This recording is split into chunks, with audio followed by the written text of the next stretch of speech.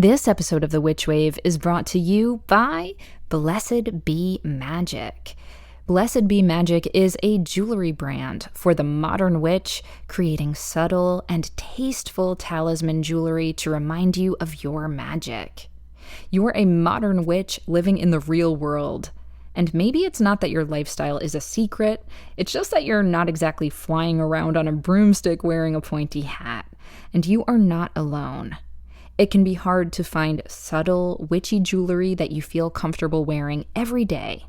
But that's why Blessed Be Magic was born. With over 700 five-star reviews, these tasteful talismans are designed to be worn with your existing jewelry collection or on their own. The beauty is, Blessed Be Magic jewelry won't draw unnecessary attention to your secret beliefs. Plus, you'll get to wear a constant reminder of your magic every day.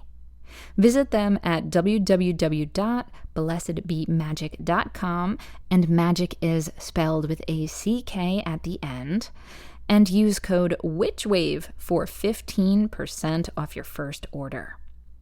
Check out Blessed Be Magic's modern take on classic magical symbols such as the triple goddess and pentacle in their minimalist jewelry that you can wear every day, anywhere.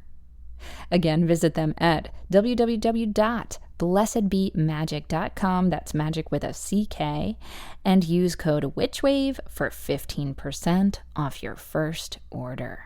This episode of The Witch Wave is brought to you by the Disco Dolls Studio. The Disco Dolls Studio is a boutique, salon, and art gallery located in Tampa, Florida.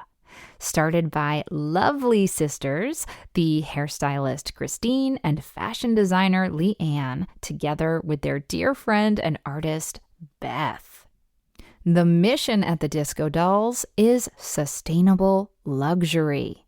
They aim to create a culture of quality, sustainability, and careful consumerism.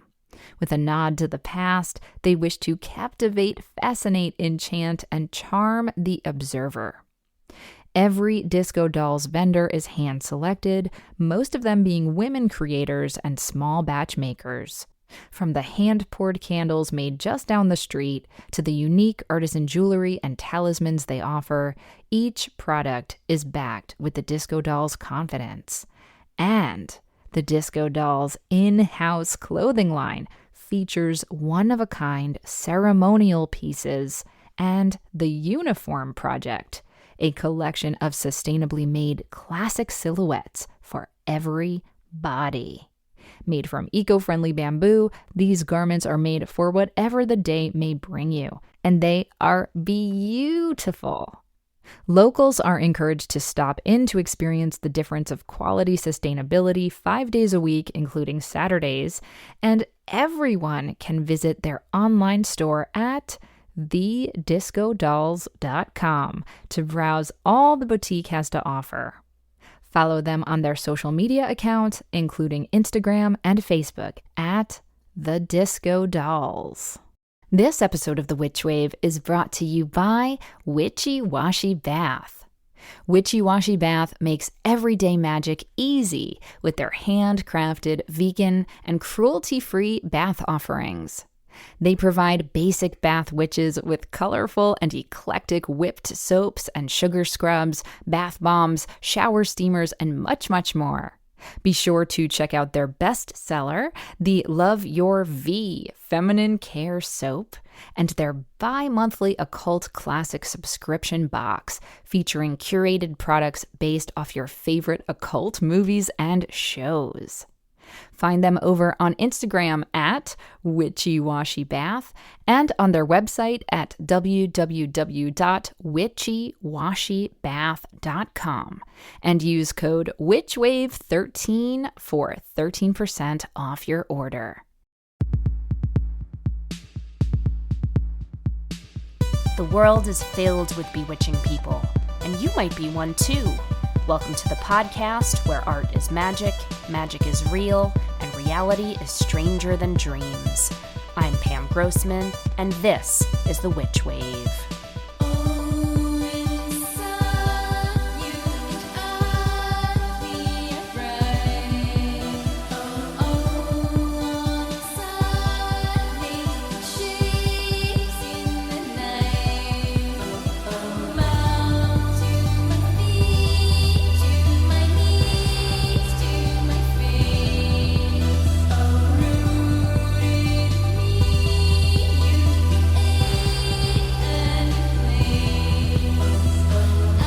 Hello and welcome to the Witch Wave. Happy spring. I hope you had a beautiful vernal equinox and a blessed Ostara. I'm recording this from our little mountain house, and it is fully 12 degrees colder up here than it is down at our apartment in Brooklyn. But even with the colder weather up here, spring is springing. Our tree in the front yard is beginning to bud, and green shoots of some mysterious plant in the backyard have begun to emerge. We bought this house at the end of October, and so our little bit of land is still pretty much a mystery to us. I'm so excited to see what starts to blossom and to figure out what new viridescent magic I can plant. One of our recent additions is a little bird feeder hanging off the eave of our patio. And as a primarily city mouse, I gotta say, this bird feeder is utterly riveting to me. Matt and I have been sitting at our kitchen window and basically watching bird TV. Chickadees and woodpeckers have found their way to the feeder, and the yard has been full of robins and blue jays and cardinals. Oh my! What's so lovely about this bird feeder is that in addition to getting to know our avian neighbors, it gives us an opportunity to really observe flight up close. And it's not just a uniform motion. There's flapping and whirring and gliding and hovering, and it's all pretty miraculous. And it brings to mind the feathered beings that populate the fantastical environments of today's guest, the artist Rithika Merchant. Some of her painted creatures have human bodies and bird heads, and some of them are whirling masses of feathers with dozens and dozens of eyes.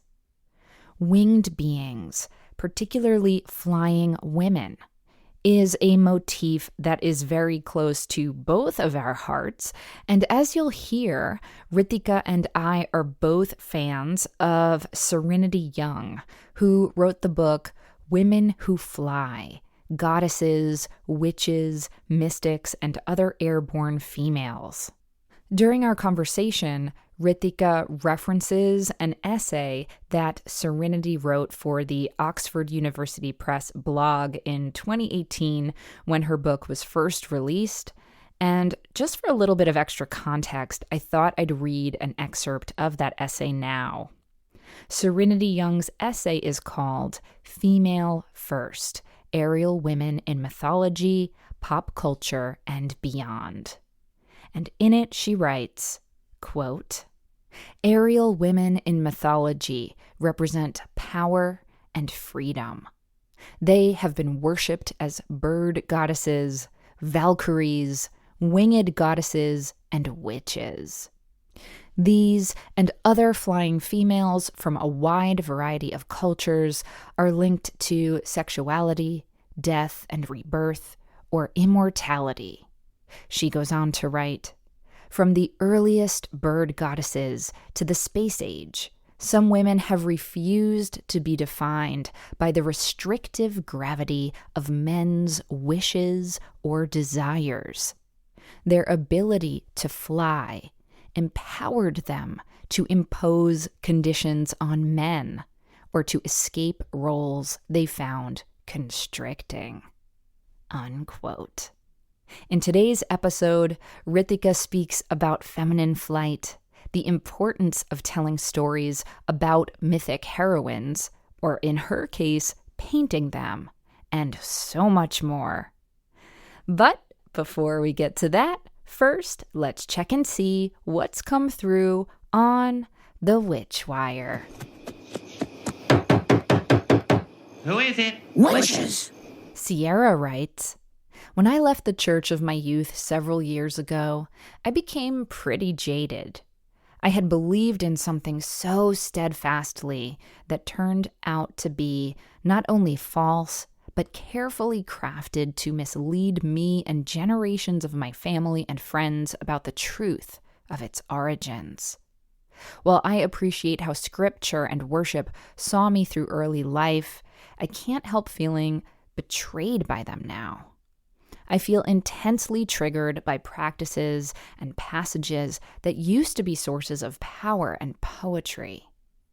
There is not much I trust enough to put any actual faith into these days, which sadly translates to my relationships and my craft. While I don't anticipate that these misgivings will ever go away entirely, I would love to learn how to put aside my cynicism long enough for me to still appreciate the gems of knowledge and strength from my former life, and maybe open myself up to new faith experience within my current witchcraft journey. Do you happen to have any advice or plan to have any conversations around this topic on your show? Any thoughts are welcome and appreciated. Hi, Sierra. Ooh, that would be a great topic for the show. And yes, religion, and specifically Christianity and witchcraft, has come up a bit here and there, but we haven't really dedicated a full episode to it. That's a really great idea. But I know that there are many witches who still identify as Christian, or who have otherwise incorporated some of their Christian upbringing into their witchcraft. But first of all, let me just say that I'm so sorry you had such a fraught relationship with your religion of origin. And I know so many others can relate because I get messages like this all the time, or some variation of it. So you are definitely not alone, and I hope that brings you some comfort. Now, in regard to your specific question, I think that the best advice I have to give is to see if you can figure out ways to reframe all religions as having beautiful, poetic truths that they point to, rather than them being sources of literalism. Because I think that is where we run into all kinds of problems. The fundamentalist, literal readings of texts that, at least in my opinion, were always meant to be perhaps semi-historical, but also metaphorical and poetic and symbolic. In other words, the Bible is not journalism. Neither is the Quran or the Upanishads or Gerald Gardner's Book of Shadows, for that matter. And I think the more widely we expose ourselves to the texts and stories and myths of other religions or cultures outside those of our families, the more we have no choice but to see that there is wisdom, inspiration, and truth in all of them. Now, I'm absolutely not suggesting becoming a convert or a practitioner of any of these other systems. I know that cultural appropriation is a huge issue. I'm simply saying being a curious student of them, reading about them, exposing yourself to those other stories and bodies of knowledge. A book that really unlocked this concept for me when I was young is actually a book-length interview that the mythologist Joseph Campbell and the journalist Bill Moyers put out together. And this book is called The Power of Myth. Now, the book was actually the transcript of a multi-part TV special that they did in the 1980s. So if you'd rather just track down the special and watch it, that works too.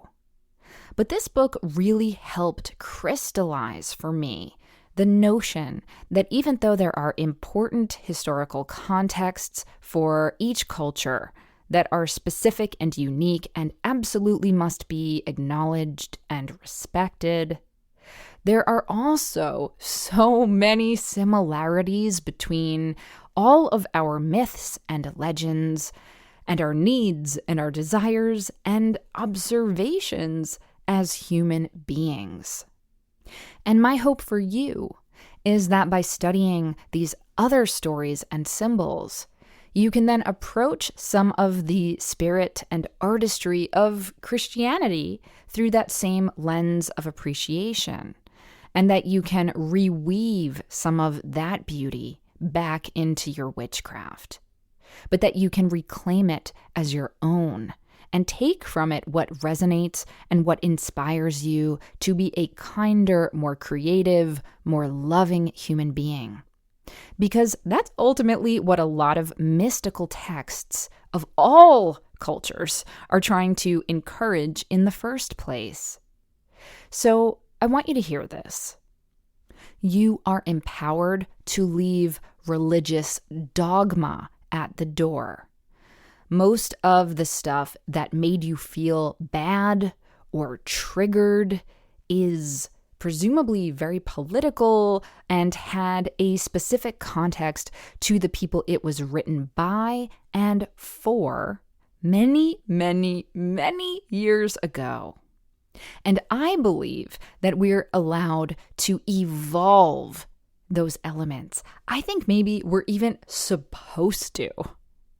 And you are also empowered to connect to the mysticism of the Christian symbols and passages that do resonate with you. You don't have to throw it all away, in other words. And I'll tell you what, I say this from experience as someone who was raised Jewish and drifted away from it as a young adult and toward witchcraft, who now in my 40s is rediscovering Judaism, albeit through a much more magical, feminist, even witchy lens. And these processes take time. It takes time to deprogram ourselves from the prior reactions and associations and even traumas that we have from the parts of our religions of origin that are damaging. But if you're feeling called to reconnect to some of the magic and mysticism of Christianity, which is very much there, then it is absolutely worth the journey. Remember, your path is your own. I look so forward to witnessing as you embark further upon it. Now, on to my guest. Rithika Merchant is a visual artist from Mumbai, India. Her work explores myths, stories, and ideas shared by different cultures, featuring creatures and symbolism that are part of her personal visual vocabulary. I first encountered Rithika's work in person via her Luna Tabulatorum show at Stephen Romano Gallery in 2015. And those paintings incorporated lunar deities and cross-cultural moon lore with such stunning inventiveness and beauty that, of course, I fell head over heels in love. What choice did I have? The following year, I invited Rithika to take part in the art exhibition that I curated at NYU called Language of the Birds, Occult and Art, and I have remained an ardent fan of hers ever since. Rithika received a BFA in Fine Arts from Parsons School of Design in New York, and she has exhibited extensively since her graduation, including a number of solo exhibitions in India, France, Spain, Germany, and the United States. She has also collaborated with Chloé, a French fashion house, on multiple occasions for which she was awarded the Vogue India Young Achiever of the Year award and its Women of the Year award in 2018. She was also named one of Vogue magazine's VogueWorld 100 Creative Voices. She is also the winner of the Sovereign Asian Art Prize, Vogue Hong Kong Women's Art Prize for her painting, Saudade, as well as Le Prix DDessin Paris 21. As a quick content warning, Rithika does make reference to a sexual assault incident that was in the news, though she does not go into graphic detail, but just a fair warning. Rithika joined me from her home in Barcelona via Zoom.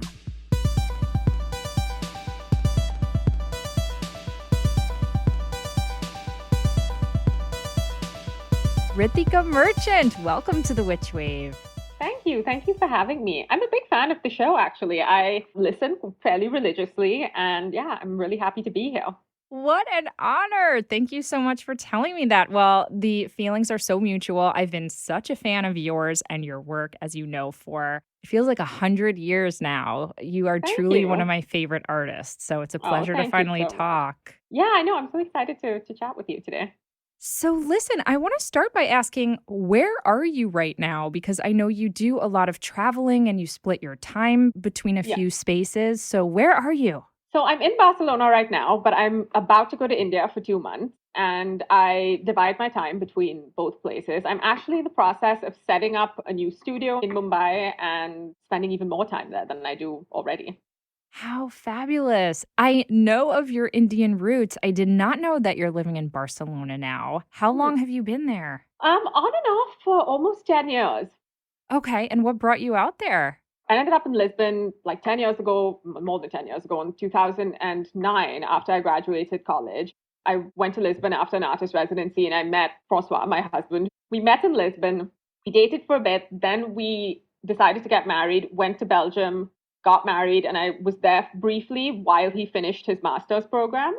And then after that, we were like, should we move back to Lisbon? We really like it. But we kind of wanted a bit of a change, maybe a slightly bigger city. And so we said, let's try Barcelona for a year, and then just kind of stayed. How fabulous. Am I remembering correctly that you did live in New York at some point too? Yeah, I went to college in New York. I went to Parsons. Oh my goodness. So where did you grow up? I grew up in India. I grew up in Mumbai. So I was born and raised there, been there till I was 18, and then went to college in New York. And then since then, I've kind of been between Europe and India. So I feel like this is very relevant, not only insofar as it's just interesting, but because when I think of your paintings and all of the other beautiful work that you create, I think of it as being extremely, I don't know if universal is the right word, but it really feels like you're pulling on a lot of different influences from different mythological spaces and different cultures. Am I correct that some of this is because you travel so much, or did you always kind of have that language? No, massively so, actually. And I think that like my interest in comparative mythology really came from being in so many different places and kind of missing India, but then also kind of liking to be in Europe and loving life here. And it is a big part of why I've chosen to divide my time between the both, because I like both and I'm lucky enough to be able to do that. But I think living in so many places and having traveled around quite a bit, I've kind of seen the people are much more similar than you would think. And also, I guess, learning more about the history, you see that like all of these stories are completely interlinked. There are so many similarities. And it made me really interested in comparative mythology because that was such an extension of sort of what I was seeing and living. When you talk about comparative mythology, that's something I'm familiar with as like I'm a huge Joseph Campbell nerd, and me too. That he was really important to me, especially when I was a young person. I would love you to unpack that phrase comparative mythology a little bit more, though, for someone who might not be familiar with it or with his work. I also love Joseph Campbell. I actually did an entire series of work called My Monomyth. That was the hero's journey, but from the female perspective. And I started working on this series of work. I don't know if you were aware of this, but there was a really brutal gang rape in India. It was all over the news. You may have heard about it. And for me, Bombay had always been a relatively safe city. I felt really comfortable in it like my whole life. I grew up there. And after this happened, I don't know, I just felt kind of shaken, you know? It's like a place you consider home and this really brutal act happens then. I don't know, it changes your perspective, I guess, on a place that you really love. Sure. And I found myself at the time wanting to create this strong female character, almost to make myself feel better. And I was reading all of these books and I read Hero with a Thousand Faces. It's actually on the bookshelf behind me right now. Yeah. And I was like, a lot of these stories are from the male perspective. And I wanted to do, it's sort of semi-autobiographical, these works. I made this strong female character who goes through life, and it was this act of self-soothing. Yes. So it was me trying to make myself feel better in the face of this really traumatic thing that had happened in the city. And I think as an extension, I think my art practice in general is that. When I think about it, a lot of it is self-soothing as a reaction to all of these awful things that like go on in the world. But to answer your question about comparative mythology essentially is when you look at similar myths across culture. So you could look at like an African creation myth, and you can look at an Indian creation myth and like a European creation myth. The flood myth is a really good example of that. Yes. All three of these, you will find that there is a very similar myth about this all-encompassing flood that wipes everything out on Earth or like the universe at the time, and then a new universe forms. That's really basic comparative myth. There's the cosmic egg. That's another comparative myth that you will find. I mean, it's very common to many different cultures. And it's sort of that like mythical thread of unanimity. It's very interesting to me. I think it tells you a lot about, well, I think myths in general tell you a lot about certain cultures, and comparative mythology in general just shows you that we're all the same. Absolutely. I should bring into the conversation, just for the listener who might be new to some of this material, that Joseph Campbell, as many people are, has come into some criticism. He was certainly not a perfect dude, and he certainly had some weird views about women. At one point, he was asked, well, what are the myths for women? What is the monomyth? And he was like, oh, you know, I'm paraphrasing here, but something like, oh, well, they help the hero, or they stay at home. And it was just really pretty messed up, especially because, if I'm remembering correctly, he taught at an all-women's university. I think it was Sarah Lawrence or one of those places. Really? Yes. It's like, dude. But this was also several decades ago. Yet still, I think a lot of his principles were so groundbreaking. I do think that the flip side of it is, especially in this age of like people being so wonderfully sensitive about cultural appropriation and not wanting to like dilute anybody's culture or steal from anyone's culture, there's new things to add to the conversation of quote unquote universal mythology. And yet it's true, we are all human.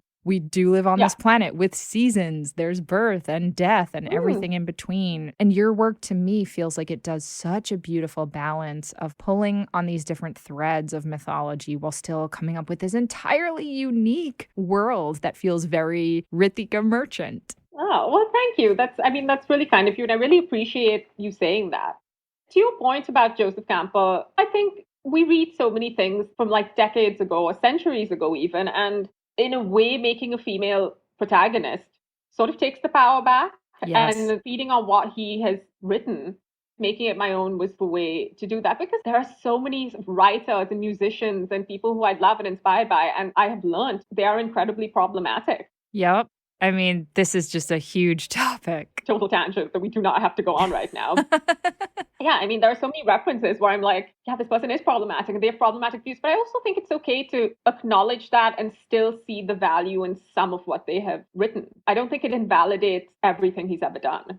I agree with you 100%. He's still one of my heroes. I mean, he really had such a huge shaping on my points of view, and also just was a great springboard for me to then leap off and then do more of my own research and discover some of my own threads of knowledge too. Yeah, and ultimately, I feel like we're all products of our time. And who knows? I mean, 100 years from now, maybe something that we have said and done could be extremely problematic. Oh, not me, Rithika. No way. I'm realizing in my enthusiasm to talk to you that we have not yet described your work, and this is an auditory medium. So I would love to give you the challenge I ask all of my visual magical artists, which is, can you try and describe your work for someone who may not have seen it yet? I primarily work on paper. I work with watercolor, I work with gouache, I work with ink. The work is very detailed. I use a lot of imagery from like tarot, folk art, tantric symbolism. I love folk art and I love esoteric art. So you'll see symbols, things that if you're familiar with that kind of art, you might recognize a little bit. There's lots of hands and eyes in my work, lots of leaves and flowers. There's a lot of nature. Some of the works can be quite desaturated. I love the aesthetic maps or like old paintings. So I go for these relatively desaturated, warm tones.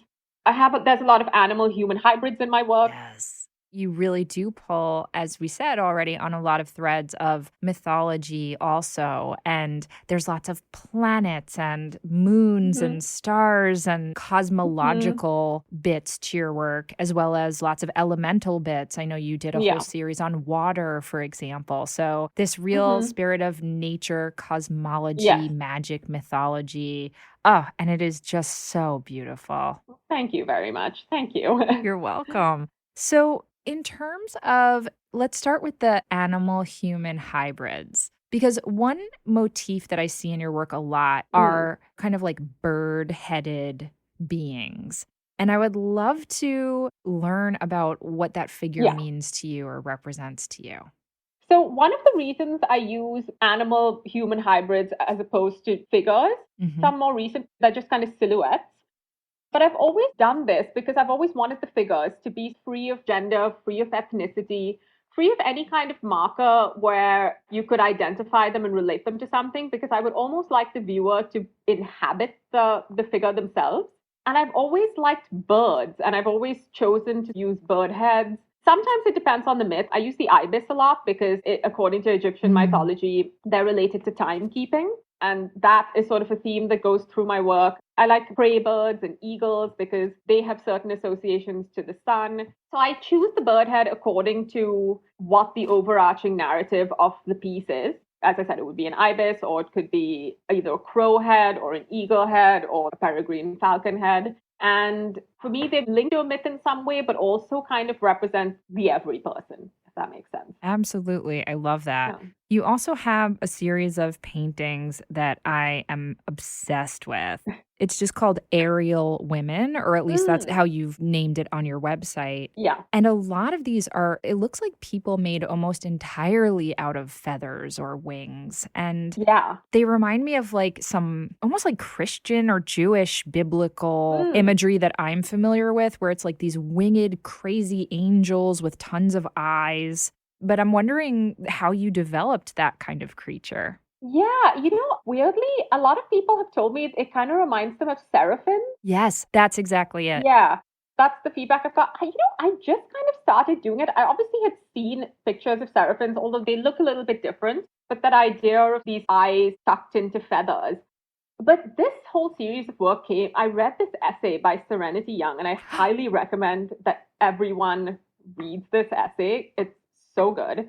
Sorry, I just took a sharp intake of breath because I have her book, Women Who Fly, and Women Who Fly. It's awesome. Okay, but please keep going. So I think this essay that I read, I found it on the Oxford University Press, but I think it might be an excerpt from that book, which I haven't read, but it's on my book list. Or she wrote it and then wrote the book, but it's very much related to that book. And I read it and I was so taken with the stories and like her analysis of why women were always represented with wings throughout history and in so many myths.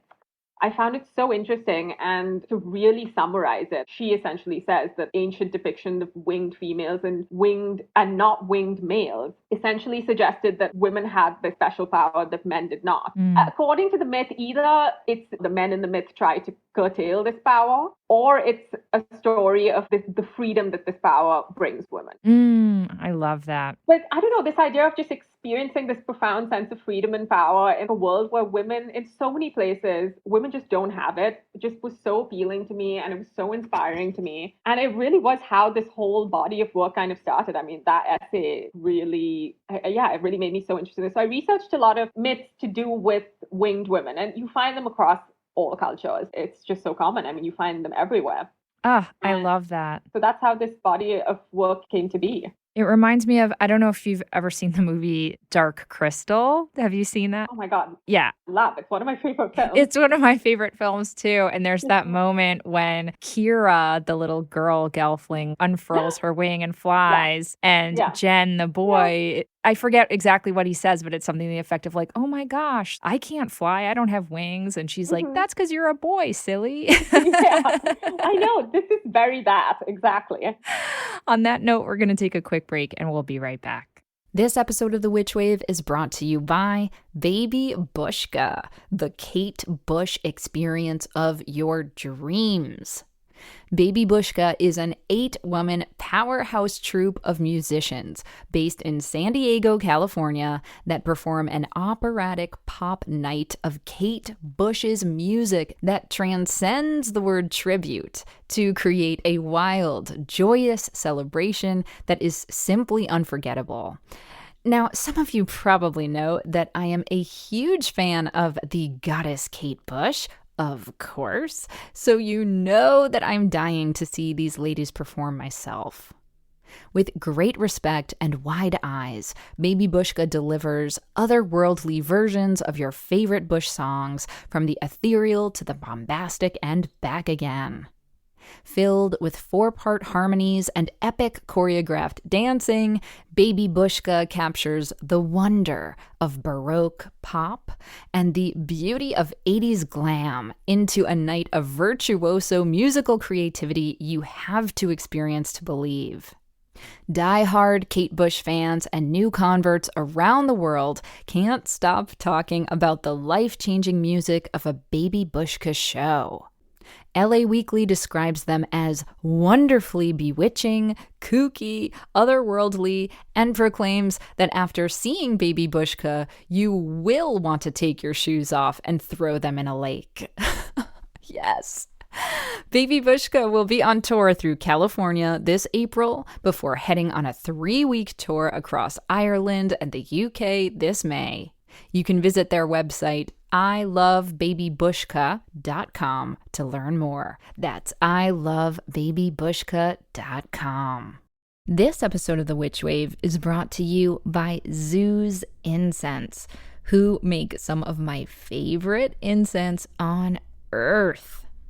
I love that Zoo's Incense is an all-natural, handmade product, and that all of their ingredients are organic or wild-crafted using whole plants, seeds, roots, woods, tree resins, and tinctures.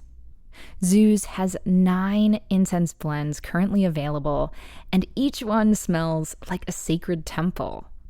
They also now have monthly incense subscriptions for you incense heads, and these are discounted over their regular prices.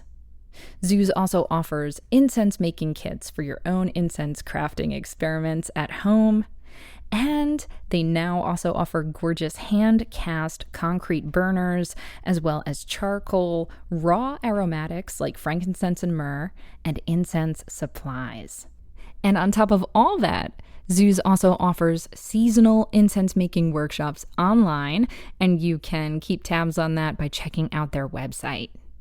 Now, I adore Zoo's incense so much that I've collaborated with them on my very own Witch Wave incense blend, which is inspired by my matron moon goddess Artemis and contains sandalwood, orris root, myrrh, black storax, mugwort, ambrette seed tincture, and organic ylang-ylang essential oil, and which smells like nectar and ambrosia. The Witch Wave blend is available exclusively in the Witch Wave shop at witchwavepodcast.com/shop, so be sure to check that out. And you can find Zoo's other bewitching blends, such as Sunsmoke and Bacchus, on their website, which is zoozincense.com. That's ZOUZ incense.com. And best of all, promo code WitchWave gets you 10% off of orders from their site. And if you are ordering from their site, you'll also get free shipping on orders over $35, and this works with the Witch Wave promo code too. So, go ahead and check them out at zoozincense.com and use promo code WitchWave for 10% off. I'm a big fan of therapy and have seen firsthand how much talking to a professional has helped me manage my own anxiety and stress and trauma so that I can live the fullest life I possibly can. I've also seen how it's changed the lives of so many people that I care about for the better as well. And that's why I am encouraging you to check out BetterHelp, which is an online counseling service that can provide you with your own licensed professional counselor to talk to via video or phone sessions. And it doesn't have to be that heavy of a topic. Maybe you just need a place to be heard and have an outside perspective on your everyday struggles with your job or your relationships. We all have so much that we're carrying with us these days between our personal issues and, need I say, global issues, and it's just a lot. And I'm telling you, talking it all through with someone who is trained and objective and not a friend or family member is such a gift. Because their actual job is to listen to you and help you work through your feelings about it all. So please consider reaching out to the folks at BetterHelp, and they'll connect you with a counselor who you can start chatting with in under 24 hours. And they've been doing remote sessions since before it became the norm, so they've built a platform that's accessible, convenient, and secure. Also know that BetterHelp offers financial aid to those who qualify, and they make it really easy to switch counselors so you can find one that you truly click with. Best of all, WitchWave listeners get 10% off your first month of counseling by going to betterhelp.com/witchwave. That's better, HELP.com/witchwave. Please take care of your mental well-being. It is so necessary, and there is absolutely support out there for you.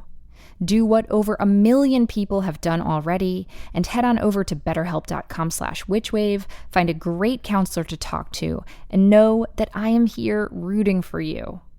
Feel well and take good care with BetterHelp. Welcome back to the Witch Wave. Today I'm speaking with Rithika Merchant. So we were talking about where some of your imagery comes from in your paintings. And I'm noticing I keep calling them paintings, even though they are works on paper. Do you consider them paintings, not drawings? Or I consider them paintings. I know people refer to works on paper as drawings, but I mean, I paint them. I use a paintbrush. I use watercolor. To me, they're paintings. Great. So I want to jump into the materials of how you work, though. You mentioned some of the materials that you use. Mm-hmm. And I noticed paper is kind of a through line as the primary canvas that you work on. And I've been so lucky to get to see some of your work in person. And I got to show one of your paintings in a show I curated a number of years ago. And I noticed that there's a lot of folds. And that doesn't necessarily translate in a JPEG as clearly as seeing it in person. So can you talk a little bit about texture and why there are folds and that kind of patterning in the paper that you use sometimes? Yeah, so basically the work started when I was in Lisbon. I kept seeing all of these amazing tile murals, and they're called azulejos. And these azulejos essentially show these usually historical scenes, and they're these like beautiful narrative works of art. And I just really love them and was super inspired by them. So a lot of my early works are actually cut up into sections, like the tiled paper works that I then would mount together to almost make this sort of paper mural. But then as time went on, that kind of evolved into me folding the work to sort of section it out. And, you know, honestly, I love the way it looks. It gives the work this almost sculptural dimension, like when you see it in person. It gives it almost this quilted effect, and it's kind of reminiscent of old maps or these old drawings that you might pull out of a drawer and you unfold it and you open it. And it does give you that feeling of something that was maybe hidden away that you have then found and opened up, and there's this image there, you know? And again, as time has gone on, I've gotten so attached almost to these folds. I call them the scaffolding of my paintings, where I sort of build the work almost on top of these folds. I use them to color block. I use them to figure out the composition of the work. Like the composition of the work is very much informed by the fold. So I'll often like think about what I want to paint, and then I'll fold first, and then I'll start drawing. It's very much a part of the process, and it's almost how I prep the paper. Yeah, I was going to ask if you do the folding first or the folding after. And I have to say, I'm kind of relieved you do the folding first. No, I definitely fold first. The idea of you, I mean, we didn't say earlier, your paintings are extremely intricate as well. So the idea of you maybe like folding this intricate thing and it like No, crackling or something was no, no, giving no. me I fold nightmares before. or daymares, I should say. Am I correct that you have also worked with literal collage at times too? Are you Yes. cutting and then reapplying and gluing paper down too in Yes. moments? So I also do more abstract works. My collages are mostly abstract works, although some of my more figurative works do have collage elements in them. So I'll make the collage elements. If you see, some of my paintings will have these patterned borders, which I will usually hand paint. Sometimes I even use magazine cutouts and I'll make cutout trees and things like that. But the more graphic, abstract collages, I make all the elements from them. And they're sort of a more intuitive part of my practice. I kind of sort of go into this other realm when I do them. And it's just a way for me to visually and graphically express an idea that I have without it being this whole figurative story. It sounds like meditative almost. It's very meditative. Yeah, it is. It almost feels like I'm doing a little spell, if that makes sense. I mean, now you know you're speaking my language. Yes, Come I on. am. Can you talk a little more about that? I know some people are very private about what that means, but you were speaking earlier about how sometimes making these works almost feels like a protective working for you. How does spell work figure into the creation of your pieces? To me, I feel like spell work is almost putting an intention out there into the world. And I started making these graphic collages as part of the Voyager series of work that is a lot to do with the Mediterranean migrant crisis. And making these works, it really did feel like I was setting this intention. And so much of it felt very intuitive. I wasn't thinking about it that much. It wasn't planned out, It really felt like I was tapping into this part of myself, in some ways, even these wishes that I had for the world and just doing them. And they're the one part of my practice. When I'm doing it, I really do feel like time kind of disappears. And sometimes I'll realize, I've just been making this collage for like 6 hours. And I wouldn't have really realized that it's gone on for that long. Yeah. It's the best feeling, isn't it? It's the best feeling. It's a very precious part of my practice, I would say, because I completely unplanned and I really like it. I go layer by layer and I just build them. I mean, I'm feeling calmer just listening to you talk about that because it seems like, yes, there's something to the drawing and the painting aspect, but this feels very much like crafting. Yes, I love crafting. I'm big into crafting and I'm a very DIY person. This really does feel that way. And so much of my other work, because like it's influenced by myth and I read a lot and I do a lot of research. And this is a really nice part of my practice where I don't do any of that. It's just an idea and it's just a feeling and that's all it is. And there's something really nice about that.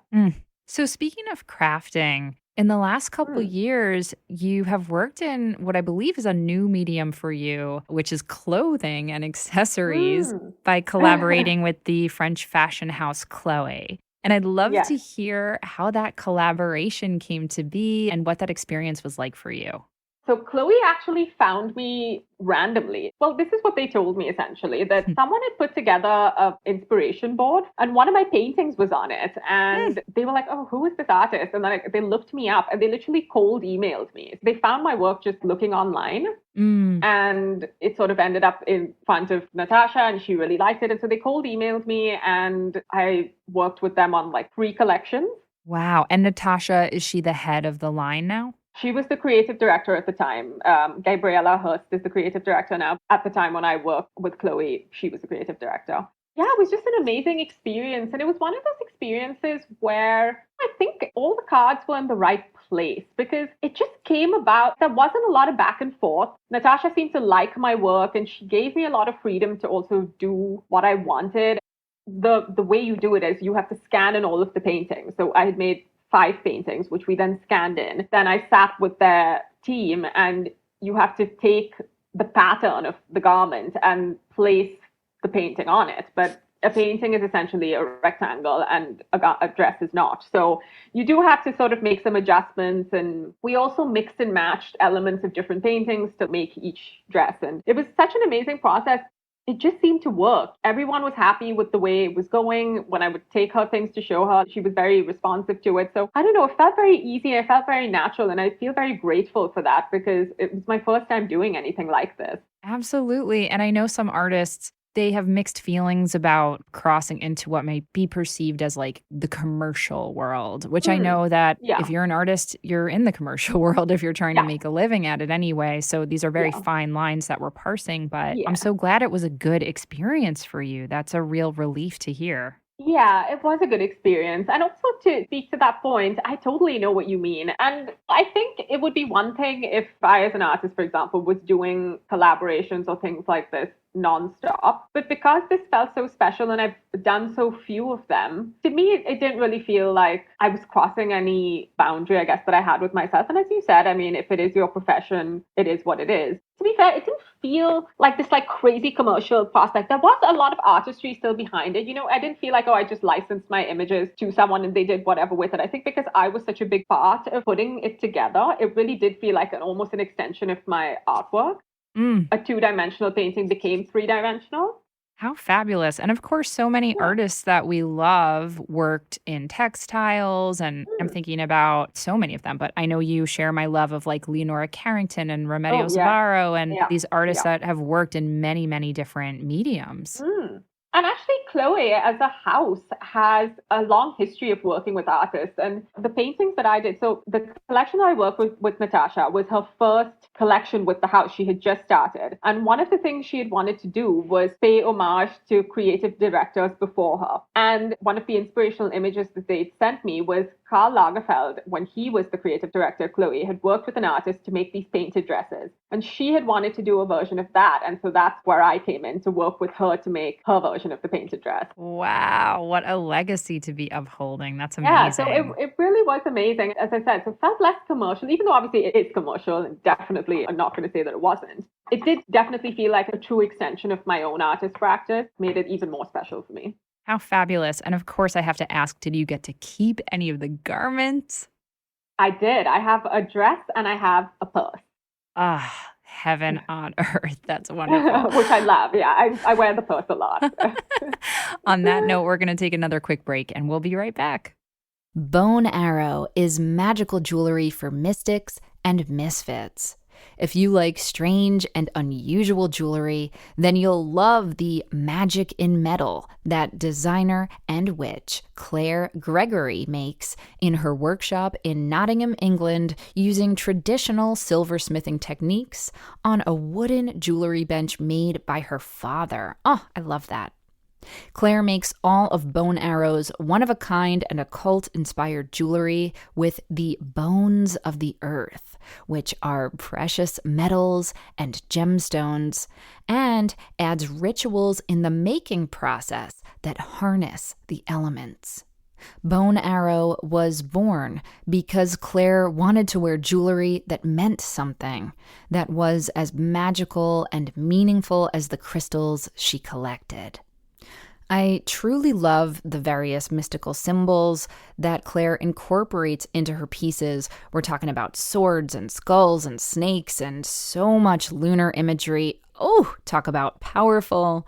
If you are a crystal addict or jewelry magpie too and want to wear jewelry that is magical and meaningful yourself, then head over to bonearrow.com. That's BONEARROW.com, where you can take 15% off your order with code WitchWave.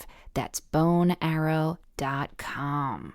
The Path 365, daily direction for ladies and mothers, witches, and others, is a book that allows you to open your mind, body, and spirit to a path that is uniquely yours. As a gateway spirituality guide, it weaves coping mechanisms identified in neuroscience and mental health that address mind, body, and spirit, and incorporates them into an easy-to-read daily guide. Author Susie Newell received her doctorate from the University of Cincinnati with a focus on coping mechanisms. This book gently encourages people to open their mind to a spiritual path that feels right for them. Like a daily oracle read for the soul, The Path 365 takes you through a journey of positive self-discovery and encourages you to incorporate your practice into every aspect of your being. Whether you have a solid spiritual practice already or are exploring your options, the Path 365 is a unique guide to creating a path of your own. Visit them at thepath365.com for ordering options, and be sure to use code WitchWave for free shipping. And you can give the Path 365 a follow on your favorite social media platform. We are all in this thing together. Create a path that works for you. Would you like even more WitchWave? Then come join us on Patreon, where you'll get bi-weekly bonus WitchWave Plus episodes, ad-free WitchWave episodes, and detailed show notes for all. Rewards also include magical merch and giveaways, early heads up about my workshops before they sell out, and all backers get access to our exclusive digital coven, where I lead monthly rituals and video chats, and where you can connect to a community of other wonderful witches. So head on over to patreon.com/witchwave and sign up. It's a fabulous way to get more magic in your life and to support the show. Thanks so much. Welcome back to the Witch Wave. Today I'm speaking with Rithika Merchant. So I would love to hear a little bit more about your upbringing. Were you raised with any kind of spiritual practice or religious orientation? So I was not raised with any sort of religious orientation, and I don't practice any religion at the moment. But I was raised with a bit of a spiritual practice in the sense that it's a really funny thing. But my grandfather, for example, on my mom's side, whenever any child in the family was born, would rush off to an astrologer and have star charts drawn up. So I always kind of had that in the background. If anything, like, I know people don't believe in astrology, and I will say I don't live my life by it, but I love it. Like, I really do love it. Same. And I do believe in parts of it. But that is something I feel like has been kind of a through line since I was a child. Like, I've always been very interested in my horoscope. It's something that I've always thought about. And I think a big part of it is because maybe I, like my grandfather, was interested in that kind of stuff. Yeah. That whole side of the family is quite interested in astrology, and it's had its impact on me. And am I using the correct phrase? Is that Vedic astrology? Is that what it's called? I don't know if it's Vedic astrology. I mean, I guess it's traditional astrology. Is there any difference? I mean, the star chart I have has, the houses and the planets. It's not, I don't think it's specifically Indian. I was under the impression, and I'm so happy to be corrected if I'm wrong. I was under the impression, like, it wouldn't necessarily be the same words. It wouldn't necessarily be like Aquarius, Gemini. Like, there would be a whole different kind of structure of myths and a different language. But maybe I'm completely wrong. No, you might be right, but English is my mother tongue, so I'm not sure about that. Yeah. I see. Thank you for correcting me on that. No problem. And this is like such a cliche thing to say, and I already know that it's like obnoxious, but I really am telling the truth when I say two of my best friends in the whole world, their families are from India. They grew up here in America. I've been friends with these women for, over 20 years now. And so I've learned quite a bit of like Hindu mythology and a lot about the deities and different holidays and so on. But I've also learned that India has lots of Muslim practitioners and Christian practitioners. So I don't want to make any wrongful assumptions. Yeah. But were there certain influences of any of these mythological systems that I mentioned? Well, in terms of the imagery, for example, like just Mughal miniature art is essentially Islamic art, and like that's had a huge impact on me. Are you asking in terms of like the astrology of it all, or? I guess I was asking if any Hindu myths or Muslim myths, any of it kind of made its way into your work just based on, the region that you were growing up in, kind of through osmosis. Oh, yeah. Oh, definitely. Yeah. And those are the myths I'm probably the most familiar with because, you grow up hearing like folk stories and reading about these myths. So, yeah, definitely in a huge way. And what are some of your favorite myths that you encountered when you were a young person? So my favorite myth, and I always say this, is the myth of the Vishkanya, which may actually not even be a myth, and it could be true. But essentially, it's these young women. I don't remember which era it was, but it's in ancient India. And they were given small amounts of poison. So their bodily fluids became poisonous. And then they were sort of deployed as these assassins to take down rival kings. And that is one of my like favorite myths, because it's sort of like these women who've been weaponized, but they're these young women, but they're like truly all powerful because they're poisonous, but they're immune to it. And it's a very interesting like role reversal, especially for ancient India.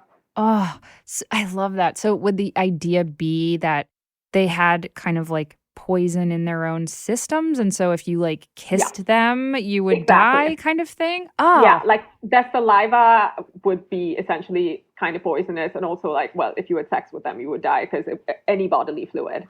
Whoa. Yeah, it was during the Mauryan Empire. That was it. That is hardcore. I love stuff like that. Have you worked with that imagery at all in your paintings, or is that? I have. There is a painting called Vishkanya, which I can send you like email later. Also, it's on my website, actually. You can find it under Magical Thinking. Magical Thinking section. Okay, beautiful. I'll make sure that we link to that in the show notes. That's so awesome. Then you find a lot of these like quite interesting stories. I don't know if you're familiar with the story of the crane wife. It's a Chinese myth. Just a little bit, but please refresh my memory. I don't know the details. I could be saying it like a little bit wrong, but it's essentially a woman who is a crane. Every day she has this sort of coat that she puts on, and she's actually a crane, but then she shapeshifts into a woman. And then one day her husband finds out and he steals her coat, so she can't shapeshift anymore. And then essentially she finds her coat and then sets herself free. I love myths where women kind of take the power back. Oh, yes. Yeah. That's so wonderful. And that reminds me so much of myths from Scotland, the myth of the Selkie, where it was a woman who was kind of like a seal creature or some kind of a marine creature. And yeah, same thing. There's a wonderful animated film you might be familiar with called Song of the Sea. That have you seen that? Yeah. I haven't seen it, but I have heard of it. Oh, it's so gorgeous. But it's that similar idea of like a shape-shifting woman or girl who can change into a creature or from a creature to a human woman, but then her skin is trapped, her coat is trapped, and she gets stuck in human form. Yeah. And the idea of her trying to like get her skin back or her coat back or, you know, depending on the telling. And of course, there's that wonderful book, Women Who Run with the Wolves, that goes into some of this mythology too. Oh my goodness. My mind is going in 100 directions now. I love mine that. Too. So how do you decide what your next body of work is going to be about? Where do these ideas come from? What is your process for getting inspiration? You know, sometimes it's a response to what's going on around me. Like, as I said, with like the Voyager series, it was a response to the Mediterranean migrant crisis. With like a more recent body of work, Birth of a New World, it's a response to the ongoing climate crisis. But then, you know, it could be something like just reading that essay by Serenity Young, and like that sparks a whole, I don't know, flood of inspiration. And I wanted to do a series on aerial women. So it can really vary. It's either current events or sort of what I'm thinking about or what I'm dealing with, or just something I'm extremely interested in, feel very inspired by. And I noticed on Instagram, because I'm a little spy, that you have a piece that you've been working on recently called Hermitess. And I love the bits of it that you've shared. And of course, it brings to mind tarot. I mean, I have felt like such a hermit over the last 2 years. Same. So, you know, I understand if you don't want to give too much of your secret sauce away, but is that kind of imagery something that you think you're going to be doing more with, kind of tarot imagery, or am I just jumping to conclusions? I have tarot cards. I actually do like a 3-card pull once a week just to kind of get my bearings. And I've always really loved the imagery. I actually got these tarot cards when I was a teenager. I remember I was at a bookshop with my parents, and there were these tarot cards and like a book about what each card meant. And I like asked my mom if she could buy them for me, and she did. And so I've had those cards, I think, since I was like 13, and I really love them. And I've always loved the imagery. So I don't think I'll be doing a specific tarot inspired series, but it's more the imagery that just finds its way into my work just in general, you know? Mm-hmm. Absolutely. I know that you work a lot with cosmological myths, or specifically cosmogony myths, the myths about the creation of the world or the origin of the world. Yeah. And I wondered if the world is always going through really hard things. And I think every generation probably at some point feels that the world is ending. And yet we are currently, as we're recording this, and hopefully things will improve by the time this episode comes out, but we'll see, there's war happening in Ukraine. There's, of course, climate change. Everyone is acting here in New York City like the pandemic is over, but I think and it's not. Exactly. So, and that's just 3 things off the top of my head. And of course, so many other things. I was just reading that there are supposed to be these giant spiders that drop from the sky that are going to invade the East Coast. It's like, please stop. But anyway, and that's not to stress anybody out, but I wonder if working on this grand cosmic scale, which you do, if that offers any kind of perspective or solace or even hope about humanity that you're trying to manifest. Well, yeah, I mean, it's interesting that you use the word hope. My most recent solo show, Birth of a New World, that was in India, that was the word the people used. They were like, the show gave us hope. But to be honest, on my end, it's self-soothing. Like at this point, I'm currently working on a body of work that's sort of set in the future, and it's all about like the sun's power and like how we as a civilization, like what we can learn from the sun and how eventually we might be able to get off this planet and like what that means for us. And I've realized my work, I don't know, I guess in the last couple of years with everything that's been going on, so much of it has been about like, what are we going to do when we cease to exist? Because it really does feel like we as a civilization are like coming to an end. We're either going to have to colonize another planet. So like I just read a UN report that said that actually climate change is a lot worse than we previously thought. So it really does feel like we're kind of at the end of the road. And I'm trying to find that perspective just for myself, to think about like what our future is going to be like. And somehow looking at these like really big cosmological things, or like sort of looking for answers in the stars. In some ways it feels really primitive because that's what they did in like primitive times. You look for answers in the stars, but like I feel like that's just where I'm at emotionally, with everything that's going on. You're just ready to peace out, huh? I'm just ready to peace out. I'm like, we have just like ruined it for ourselves, and we're getting what we deserve because we've just taken and taken and taken from the planet with no regard for the fact that so much of it is a finite resource. So it sounds really bleak right now, but I do have hope, and I do think we have evolved at this like amazing rate, and we do have this need for self-preservation, and we will figure out a way using the technology that we have. And I'm hopeful. I hope that happens. And I mean, if you see my work, it isn't depressing, sad, bleak work. Like there is a lot of hope in it, and I do hold on to that. But as I said, I am looking for answers in other places too. If your new body of work, which of course I haven't seen, so it's weird for me to talk about, but it almost feels like if we were talking about literature, it's like you're entering into your speculative fiction phase. That is exactly what it is. Yeah, you'll see this body of work. I'm going to be having a show in Paris in July, so it'll be on view then, and the work will be public at that point too. How fabulous. Well, we just have a few final moments. I would love to know, how are you thinking about magic these days? I mean, I don't know if you consider yourself a witch specifically, but I certainly think of your work as very magical. What do either of those words bring up for you at this point in your life? See, I don't know. I don't think I identify as a witch necessarily, but I love witches, and I love everything that witches represent. Like I love everything that witches do, but I see my work almost as the magic that I make, because as I was saying, some of these works do feel like little spells, and I do feel like I'm just like creating these things in my studio, and like that these wishes and manifestations, or this world that I guess I want to live in. Someone told me, or I read somewhere, that they say that when artists die, they go into the world that they create. And it really stuck with me. Whoa. Right? Yeah, it like kind of blew my mind. It is true.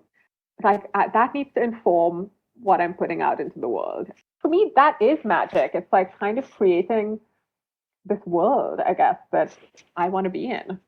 Whoa. That was a hell of a note to end on, I have to say. Well, I think your work is so exquisite.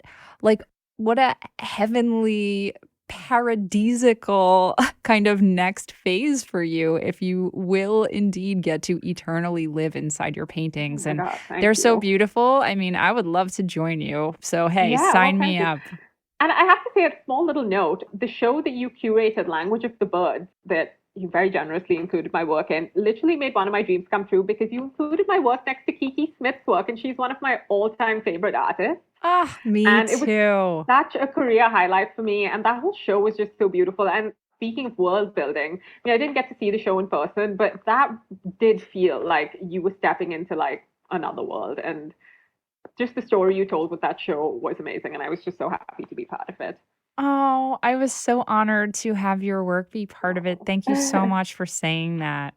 No, thank you. Well, listen, I know people are going to want to see more of your work, if not get to purchase some of it, which is one of my dreams for myself someday. But I know you have catalogs online and things. Yeah. So where's the best way for people to reach you and get to step into your gorgeous, magical world?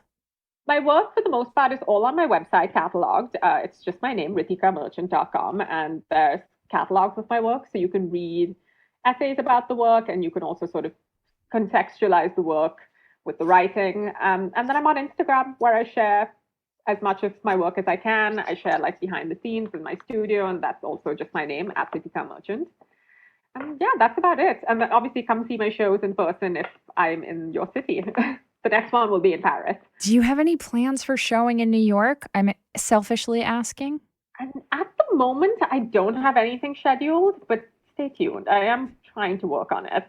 Let's manifest that. Maybe you need to paint a painting of it. Yeah, make it come true. I actually really do.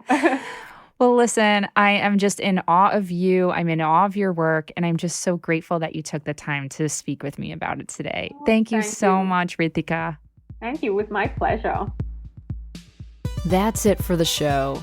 Thank you again to Rithika Merchant for sharing her gorgeous flights of fancy with me.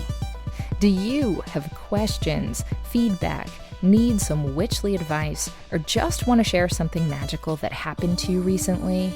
Drop us an email at witchwavepodcast@gmail.com. We'd love to hear from you, and you just might make it on the Witch Wire. The Witch Wave is a Phantasmophile production written and produced by me, Pam Grossman.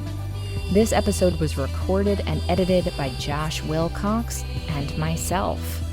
Our theme music is the song Hand and I by Lycanthia.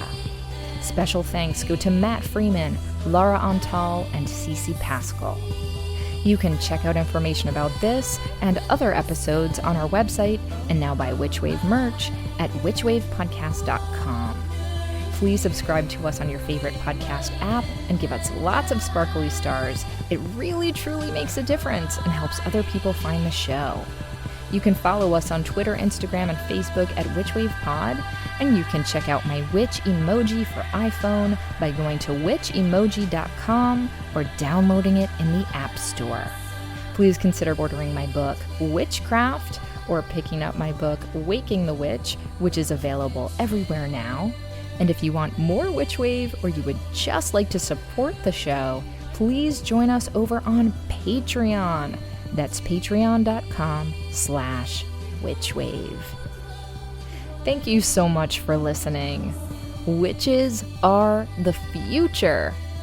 I'll catch you next time on The Witch Wave.